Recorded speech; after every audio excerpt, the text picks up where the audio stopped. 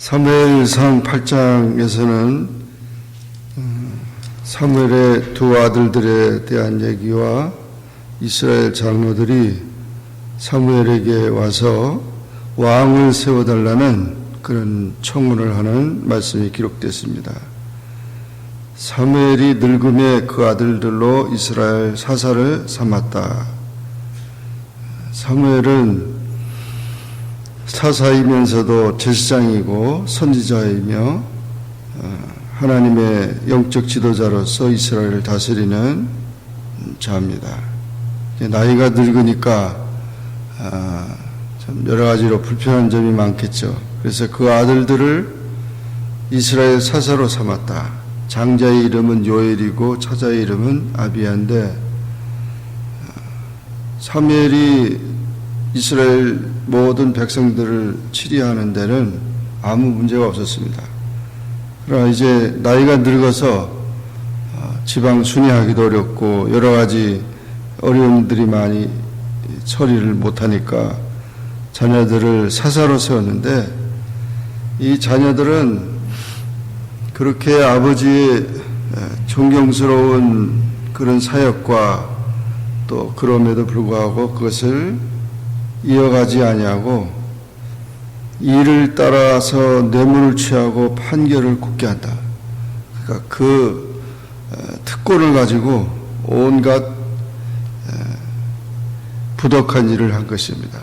사사의 직분을 올바로 이행하지 아니하고 욕심을 쫓아 뇌물을 취하고 그릇된 판결을 내리는 그런 일들이 생겼습니다. 흔히 자녀들이 잘 크기를 바라지만 이 훌륭한 사무엘의 아들들임에도 불구하고 그들이 자기의 본분을 떠나서 타락할 때 결국 문제가 발생되는 것입니다. 어떤 사람들은 사무엘이 너무 바빠가지고 자녀 교육을 잘못 시킨 게 아닌가 이렇게 생각을 하는 사람들이 있는데, 그런 의미의 성경의 구절이 나타나지 않습니다. 왜냐하면 엘리 같은 경우는, 엘리 제사장은 두 아들을 교육을 시키지 못해서 홈리와 비느하스가 매우 악한 자였습니다. 그래서 그 자기의 특권을 가지고 결국은 타락을 하니까 하나님께서 엘리도 심판하고 두 아들도 심판했다는 말씀이 기록되어 있습니다. 자녀 교육은 어릴 때 교육이고, 물론 성장해서 또 우리가 계속 교육을 시켜야 되겠지만, 자신의 신앙의 삶의 그런 이제 위치가 되고 그런 역할을 감당할 때는 책임 있게 잘 감당해야 하는 것입니다. 그래서 자녀 교육은, 신앙 교육은 어릴 때부터 잘 가르치지 않으면 성장해서 그 바로 잡아주기가 쉽지 않다는 얘기죠. 한 예를 들면 삼손의 부모님들이, 이 삼손이 태어날 때 아기를 못 낳는 그 어머니의 간절한 기도 속에서 나시린으로 삼손이 태어난 것입니다. 그러니까 얼마나 기도 많이 했고 얼마나 축복된 그런 위치에서 있었지만, 그가 부모의 말을 듣지 않고 자기 뜻대로 자기 생각대로 가다 보니까 결국은 엄청난 하나님의 사역을 감당함에도 비참한 그런 영웅으로 끝나게 된 것이죠. 이런 모든 것들을 보면 하나님께서는 우리에게 하나님의 뜻을 바로 따르도록 하지만, 그렇지 않을 때 그런 문제에 대해서는 자기 책임이라고 하는 것이죠. 자기 책임. 그래서 선택을 잘못한 이런 그 책임에 대해서는 자기가 감당해야 된다는 것입니다. 우리가 참 많은 사람들이 하나님의 뜻이 뭐냐 그렇게 많은 얘기를 하고, 또 어떤 사람들은 자기가 기도하면서 이게 하나님 뜻이라고 그러면서 행동을 하는 거예요. 그래서 하나님의 뜻은 하나님의 말씀에 근간이 되는 것이고 또 그 말씀에 순종하는 것입니다. 그런데 그 순종하지 않으면서 자기가 기도했으니까 이게 하나님 뜻이라고 그렇게 주장하는 사람들이 많아요.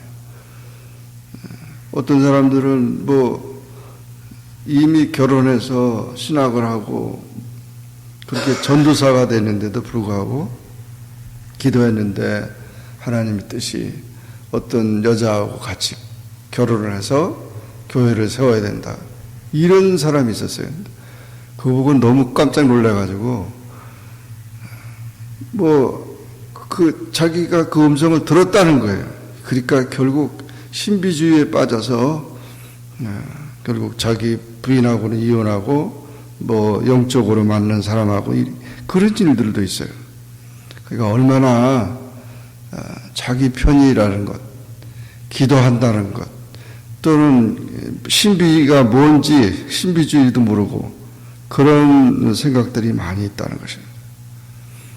우리가 하나님의 뜻이 자기 고집이나 자기 주장이 돼서는 절대 아니 될 것입니다.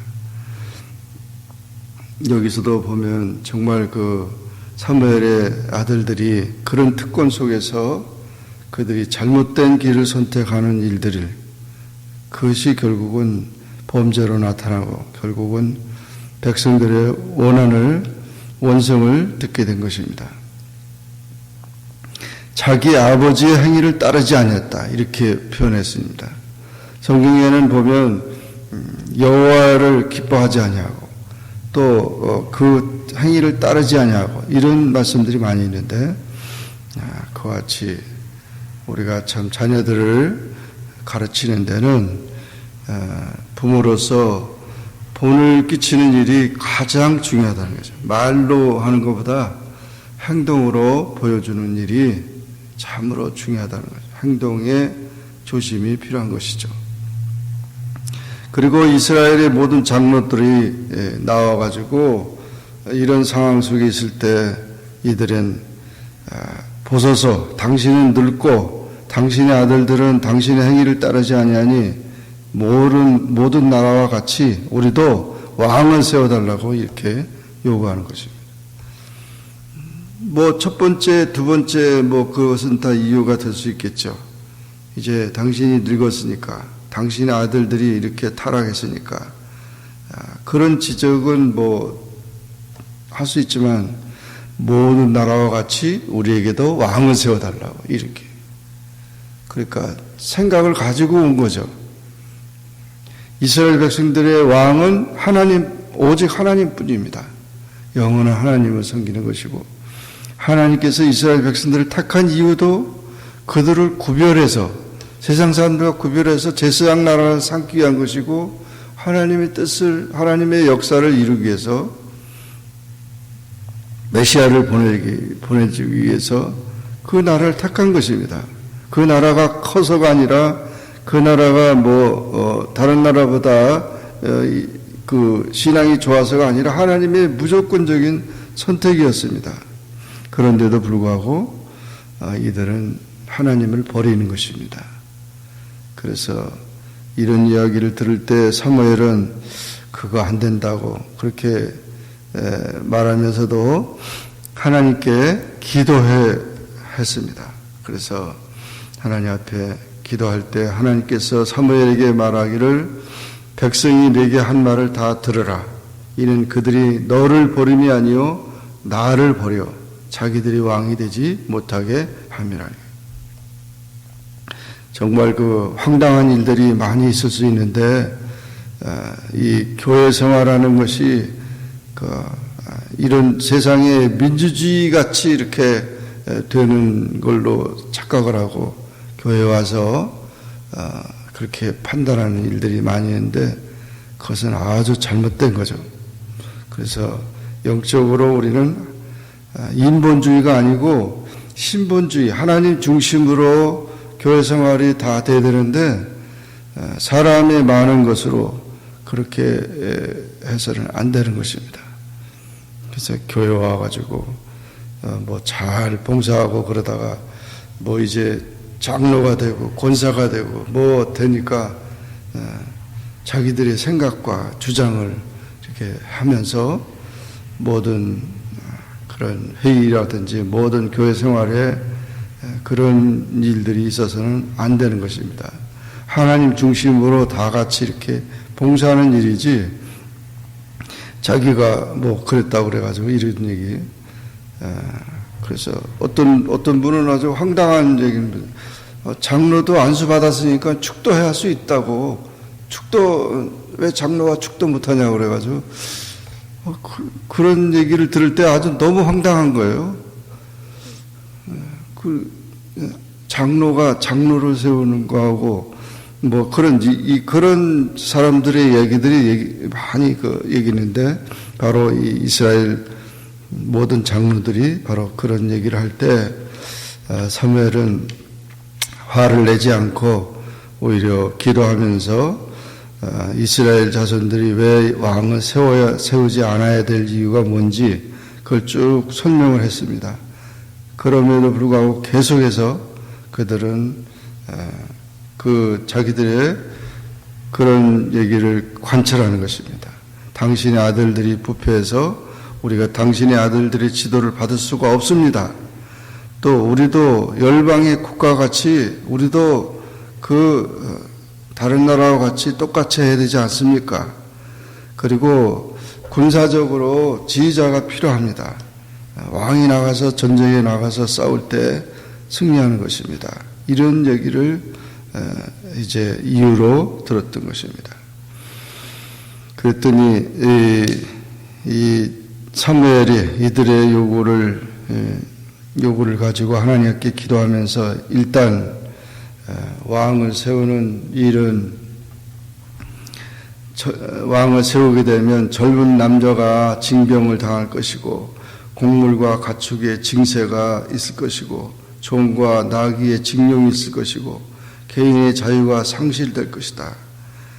그래서 그 왕이 선한 왕이고 하나님을 잘 섬기는 왕이라면은 괜찮은데 그렇지 않으면은 너희가 더 어려움을 당할 것이다. 큰 고통과 무거움의 속박을 받을 것이라는 그런 예언을 했는데 역시 이스라엘의 이 사무엘이 처음 왕을 세우게 돼서 사울과 다윗에게 기름 부음으로 인해서 이스라엘 왕들이 일어났지만 하나님이 기뻐하는 왕이 있었고 그렇지 못한 왕들이 있었던 것을 우리가 압니다. 지금도 마찬가지죠.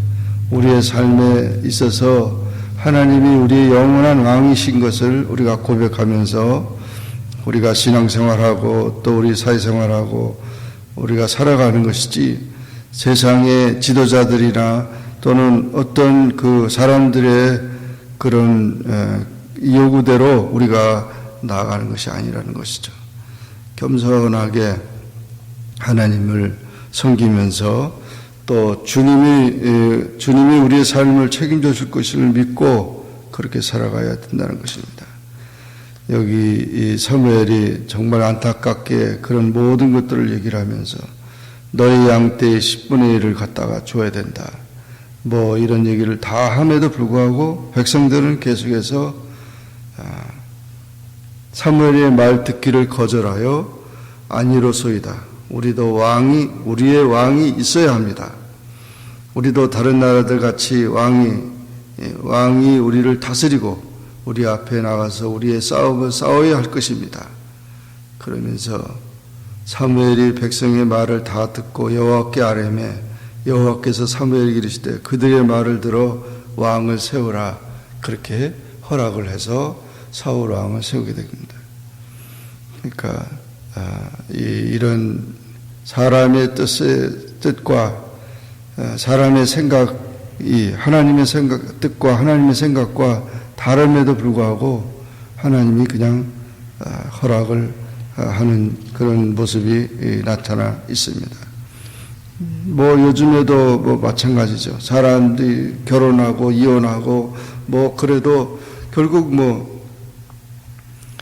신앙 안에서 다시 새롭게 출발하면 뭐 그 상태를 인정할 수밖에 없는 거죠. 아브라함과 그 다음에 이 구약의 모든 일부 다처제 그런 모습도 보면 결국은 하나님이 말씀 뜻은 일부 한 남자와 한 여자가 만나서 가정을 이루는 것인데 그렇지 못할 때 그것을 그대로 수용할 수밖에 없는 것이죠.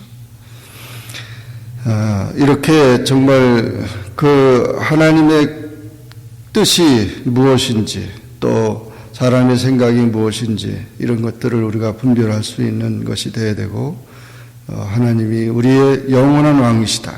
또 하나님의 뜻에 순종하는 그런 삶에 대해서 다시 한번 생각하는 말씀이 되겠습니다. 자기의 생각, 자기 주장을 가지고 그 모든 것을 가지고 이제 앞세워서 교회 생활이나 그런 우리 신앙 생활이 돼서는 안 될 것입니다. 겸손하게 주님의 뜻에 순종하고 하나님의 영광을 위해서 살아가는 그런 신앙인이 되기를 주의 이름으로 축원합니다.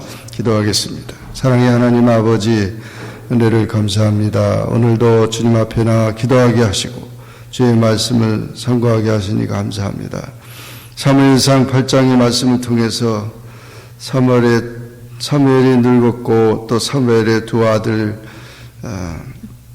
요엘과 아비야가 이렇게 타락한 상태에서 이스라엘 장로들이 왕을 세워달라고 요청하면서 그들의 감정과 그들의 모든 그런 생각을 가지고 이렇게 요구하는 그런 모습들을 보면서 오늘날에도 우리가 참 하나님의 거룩한 뜻을 왜곡하고 사람의 생각과 뜻대로 되어져가는 우리의 신앙과 또 가정 교육과 또는 우리 교회 생활과 우리의 모든 것이 되어져 가는 것을 봅니다. 하나님 아버지 겸손하게 주님의 뜻 안에서 하나님을 높이는 그런 역사, 그런 뜻에 순종하는 참다운 신실한 그런 우리 신앙의 모습이 다시 찾아지게 하여 주시고 모든 하나님의 평화와 하나님의 나라와 하나님의 의를 구하는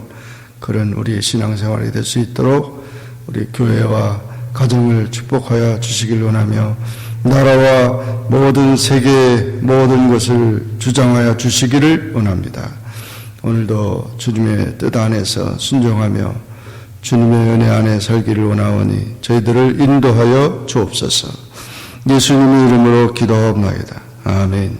하늘에 계신 우리 아버지여 이름이 거룩히 여김을 받으시오며 나라에 임하옵으며 뜻이 하늘에서 이룬 것 같이 땅에서 이루어지이다.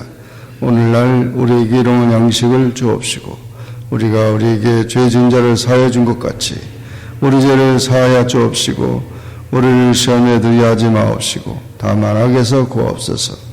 대개 나라와 권세와 영광이 아버지께 영원히 싸움나이다. 아멘.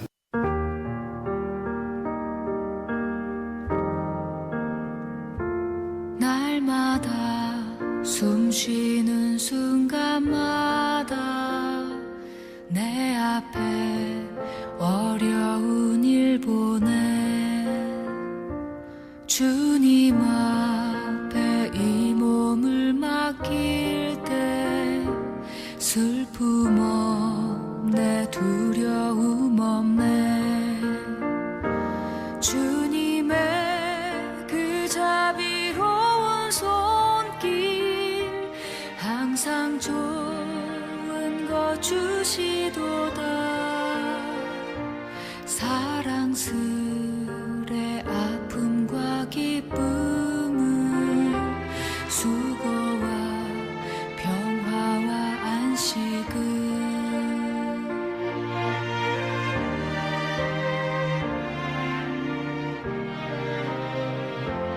날마다 주님 내 곁에 계셔 자비로 날 감싸주시네 주님 앞에 이 몸을 맡길 때 힘주시네 위로함 주네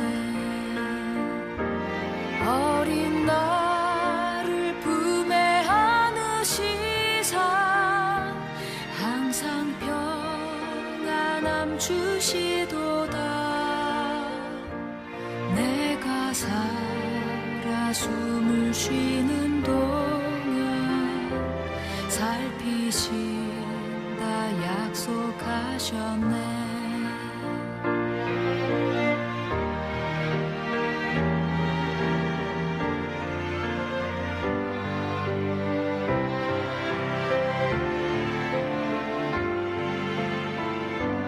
인생의 어려운 순간마다 주의 약속 생각해보네.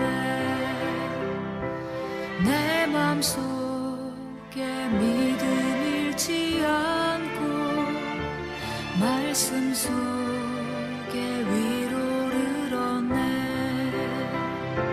주님의 도우심 바라보며 모든 어려움 이기도다. 흘러가는 순간순간마다 주님 약속 새겨봅니다. 주님 약속 새겨봅니다.